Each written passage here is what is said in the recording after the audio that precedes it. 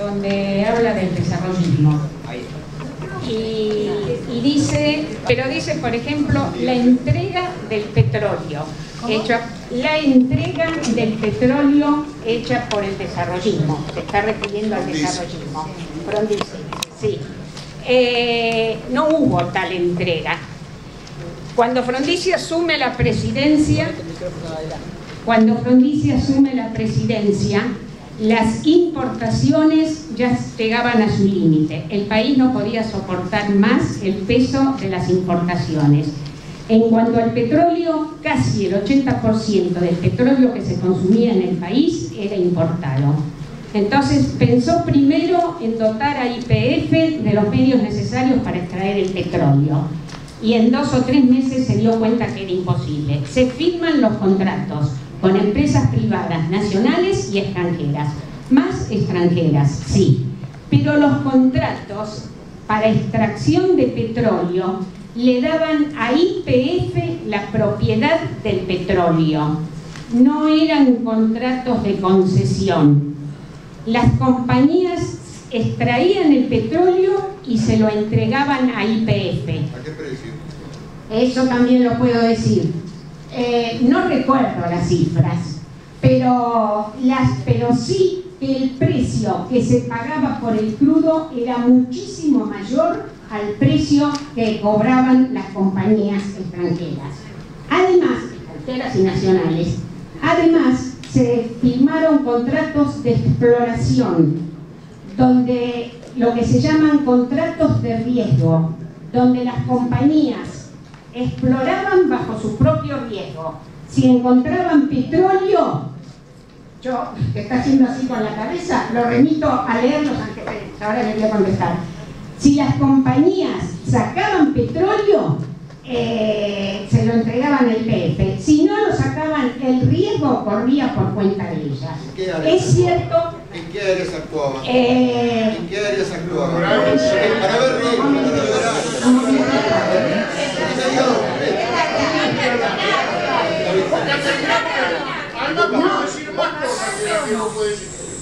Compañeros, escuchemos.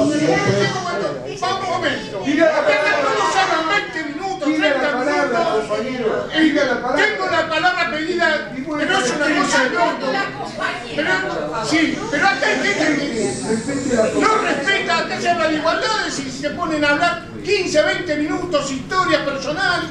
Estamos hablando de un tema, vamos a discutirlo. La señora está haciendo la cosa así, pero yo estoy quejándome del resto de la asamblea que no respeta los tiempos. Por favor, compañero, continúen. Como la extracción urgía, es cierto que algunas áreas exploradas, ya de algunas áreas en las que extraían petróleo, ya habían sido exploradas por YPF. Eso era la tercera parte de lo que en Comodoro Rivadavia significaba la tercera parte del petróleo extraído, de la exploración que tenían que hacer las empresas. En Mendoza mucho menos, apenas un 17%. Lo cierto es que en menos de 4 años, como duró el gobierno, se llegó casi al autoabastecimiento. De 5 millones de metros cúbicos que se extraían en el año 58, se pasó a 17 millones antes de marzo del 62, cuando es derrocado Frondizi. La información esta, porque no nos engañemos, la guerra de los medios y la oposición descarnada que hace Clarín desde el año 2008 no la inventó Clarín. En aquella época existían 2 diarios, uno de ellos La Nación, que todavía sigue estando, y el otro La Prensa, que eran de terror. Entonces decían lo que querían que la gente supiera. En el año 1970 el Sindicato de Luz y Fuerza escribió un libro que se llama La prensa, 100 años contra el país, donde demuestra que a lo largo de toda su historia la prensa estuvo siempre en contra de los intereses nacionales. El prólogo de ese libro, de Luz y Fuerza, está hecho por Arturo Jauretche.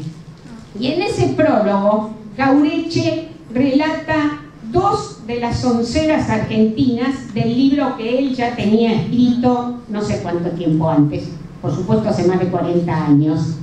Esas 2 sonceras que transcribe en el libro este de la prensa, una era El cuarto poder, donde dice Sábato que no era de cuarta, sino de primera, el poder que tenían esos 2 que en aquel momento eran los grandes diarios de la Argentina.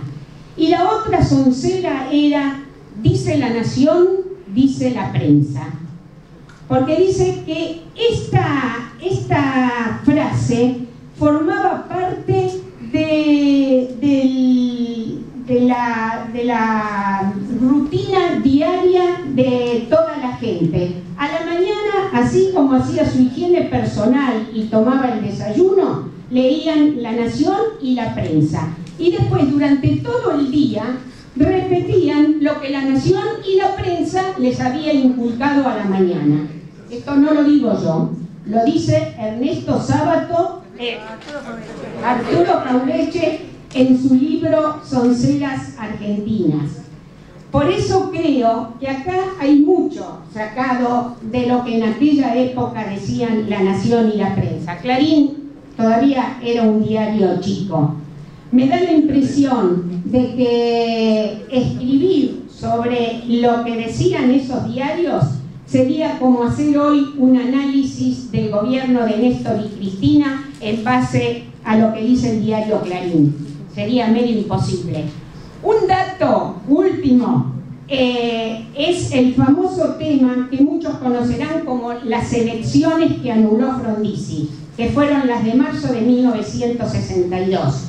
Frondizi, por primera vez, después de caído el gobierno de Perón en el año 55, Frondizi, cumpliendo con lo que había prometido, permitió a los peronistas que presentaran fórmulas para las elecciones. Por supuesto que no podían presentarlas con el nombre de Partido Peronista porque estaba prohibido por los militares, y en aquel momento los militares eran fuertes. En aquel momento venían de un éxito rotundo como haber derrocado a un gobierno constitucional como era el de Perón. No eran los militares de ahora. Esas elecciones que fueron el 18 de marzo de 1962 y que en algunas provincias ganó el Partido Peronista, no me acuerdo en cuántas, pero fundamentalmente en provincia de Buenos Aires y en provincia de Córdoba, 2 provincias importantísimas, y en provincia de Buenos Aires nada menos que un sindicalista como Framini. Por lo tanto, el 18 a la noche, en cuanto se empezaron a ver los resultados, los militares se fueron a la yugular de Frondizi a exigirle o que renunciara o que anulara las elecciones. Frondizi le dijo que ni iba a anular las elecciones ni iba a renunciar. Estuvieron 11 días negociando, lograron que firmara una intervención de esas provincias con un as que se guardó Frondizi en la manga, y era que la intervención abarcaba solo a los cargos electivos nacionales y provinciales, no así a diputados y senadores. Por lo tanto, el 1 de mayo, que era cuando las cámaras comenzaban a actuar en aquel momento, incorporados los diputados y senadores por el peronismo que habían sido electos, más los de la UCRI, no iban a avalar esas intervenciones. A los militares esto les duró unos pocos días y volvieron otra vez sobre Frondizi. Como Frondizi ni anuló las elecciones ni renunció, no les quedó otra que destituirlo y llevarlo preso a Martín García. Porque al no renunciar, como él decía siempre, si a mí me dejaban libre, yo me iba a la casa de gobierno. Esa es otra de las mentiras del diario La Prensa. Y por último, dice aquí también el documento, el desarrollismo histórico renunció a pelear por el interés nacional. Yo personalmente creo que luchó y mucho por el interés nacional. pero no soy yo sola la que lo dice. Cuando ahora Cristina Kirchner dio por inaugurado, lanzó el Plan Estratégico Industrial 2020, y tomé nota para transcribir textualmente lo que dijo Cristina y no tenerlo en la cabeza.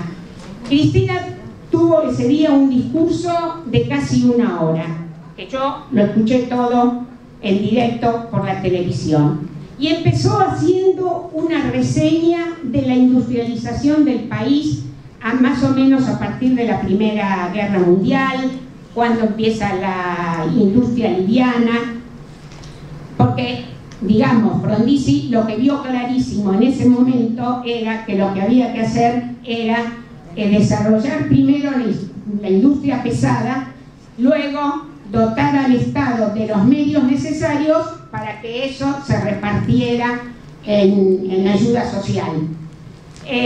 Bueno, dice Cristina, hace una reseña de la industrialización después de la Primera Guerra Mundial, después de la Segunda Guerra Mundial, de la época de Perón, y llega así a la década del 60 y dice: esto es una contribución muy importante a lo que fue el desarrollismo en la República Argentina, que hay que reconocerlo, bajo la impronta del doctor Frondizi y con los instrumentos tales como el Banade, que visualizaron en sectores claves como la siderurgia y la industria un polo importante de crecimiento, pero fundamentalmente de soberanía y defensa nacional.